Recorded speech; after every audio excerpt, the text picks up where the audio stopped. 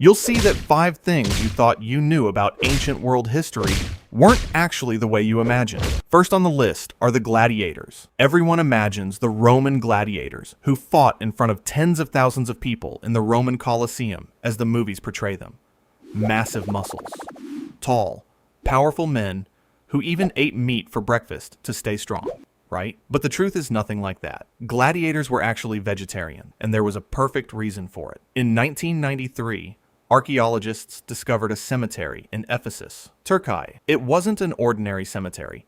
It contained the remains of more than 60 Roman gladiators. Scientists carried out an in-depth chemical analysis of the bones, and what they found was so unexpected that, for a while, they couldn't believe the results. This is impossible, they said, but it was true. These great Roman warriors mainly ate barley and legumes. In other words, carbohydrate. The Romans even had a nickname for them, hordearii, meaning the barley men. So why were they eating such a carbohydrate-heavy diet? Because this high-carb diet created a thick layer of fat beneath their skin. That layer acted like natural armor, protecting their internal organs from shallow sword cuts. In other words, they were intentionally shaping their bodies this way. It was a natural defense mechanism. But the story doesn't end there. There was something else in those bones, and it was even more surprising. They contained perfectly healed bone fractures. The marks showed the work of highly skilled hands, as if modern doctors had existed back then. If a gladiator suffered a serious injury, doctors would treat him,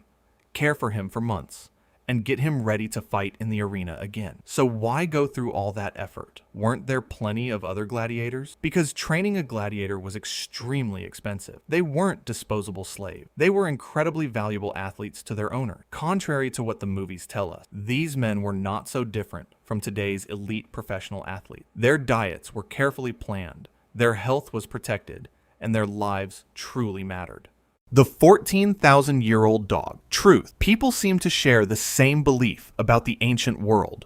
It was harsh, ruthless, and every bit of energy was used simply to survive. Love for pets? That's something many people think was invented by civilization.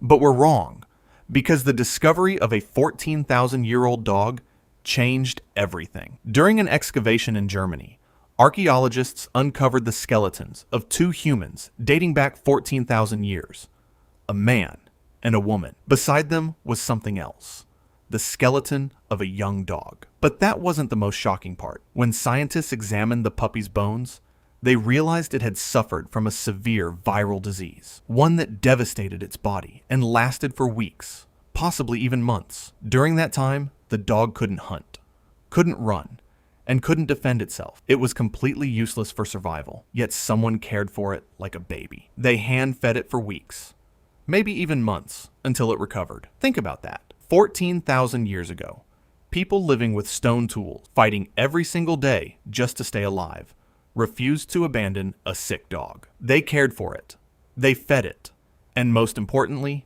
they loved it. And when it finally died, they even gave it a special burial. They covered its grave with red ochre, one of the greatest symbols of respect in that era. This tells us something incredibly important. Love is not modern, and compassion is not a recent invention. They are among humanity's oldest qualities. They existed 14,000 years ago, just as they do today. Next on the list is misconception number 3, Tutankhamun's dagger. In 1922, Howard Carter discovered the tomb of the young pharaoh Tutankhamun in Egypt. Inside were magnificent treasures, statues, jewelry, and a dagger. It had an iron blade, a golden handle, and was decorated with a crystal stone. But there was one huge problem. Tutankhamun died around 1323 BC, nearly 200 years before the Iron Age began. In other words, iron was not a material people were supposed to be using yet. From a technological standpoint, producing an iron weapon at that time should have been impossible. So how was the dagger made? For decades, experts searched for an answer. Some believed it was actually made of bronze. Others suggested it was created using some unknown casting technique. But the real answer turned out to be far more extraordinary. In 2016, a team of researchers examined the dagger using an X-ray fluorescence spectrometer, a device that reveals the exact chemical composition of an object by sending safe X-rays through it, without scratching it, breaking it, or causing any damage to the priceless artifact. The results were astonishing. The blade contained unusually high amounts of nickel, cobalt, and iron. That chemical signature doesn't naturally occur in iron found on Earth. So where did it come from? The answer was literally out of this world. Tutankhamun's dagger had been forged from a meteorite that fell from the sky. The ancient Egyptians didn't dig this metal out of the ground. They collected it from the heavens. They didn't melt it into shape. They carefully hammered and crafted it by hand before presenting it to the young pharaoh. A king was carrying a piece of a fallen star on his belt. And that is an incredible fact. Number 4 on the list, the Viking woman commander. Sounds unbelievable, doesn't it? In 1878, archaeologists opened a grave in the Swedish town of Birka. Inside, they found not only a skeleton, but also a sword, an axe, a shield, arrows, and even a wooden strategy board game, one of the most advanced military planning tools of its time, used to think through battle tactics. Historians gathered around the grave and quickly reached a conclusion. This is the grave of a great Viking warrior, a powerful leader, and, of course, a man. For the next 139 years, that's exactly how the grave was documented. It appeared that way in books, history lessons, and museum exhibits. Then, in 2017, a team of scientists analyzed the skeleton's DNA. The results were astonishing. The skeleton didn't belong to a man at all. It belonged to a woman. The evidence was definitive. Overnight, a 139-year-old assumption collapsed. The reason was simple. No one had ever bothered to test it. The idea that Viking warrior equals man had become such a deeply rooted belief that nobody even thought to question it. But modern science finally did. We now know this woman wasn't buried there by accident.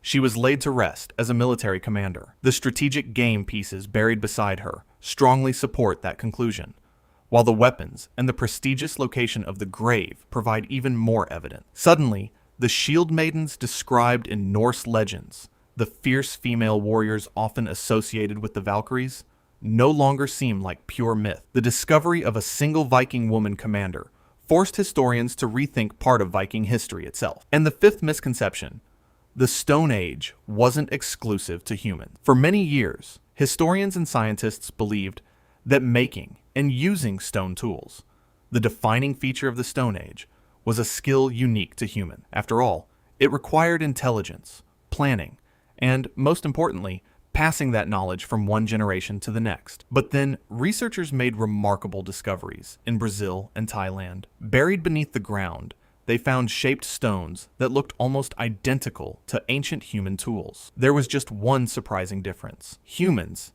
hadn't made them. They had been made by capuchin monkeys and macaques. The discovery stunned scientists. But what came next was even more extraordinary. Researchers found evidence that these monkeys have been producing stone tools for at least 3,000 years. Using the same types of rocks beneath the same tree roots, generation after generation learned the technique from older members of their groups. And the most incredible part? Those monkeys are still alive today. And they're still making the same kinds of stone tools in the same places. In other words, the Stone Age wasn't something that belonged only to humans. It became powerful evidence that intelligence, learning, and passing knowledge from one generation to the next are not abilities unique to our species. We have never been the only intelligent learners on this planet, and even the story of the Stone Age doesn't belong solely to us. Now just think about it. As technology advances, there are so many things in the world that we think are true, but actually aren't. Little by little, they're being replaced with the correct information. Don't forget to subscribe for more content.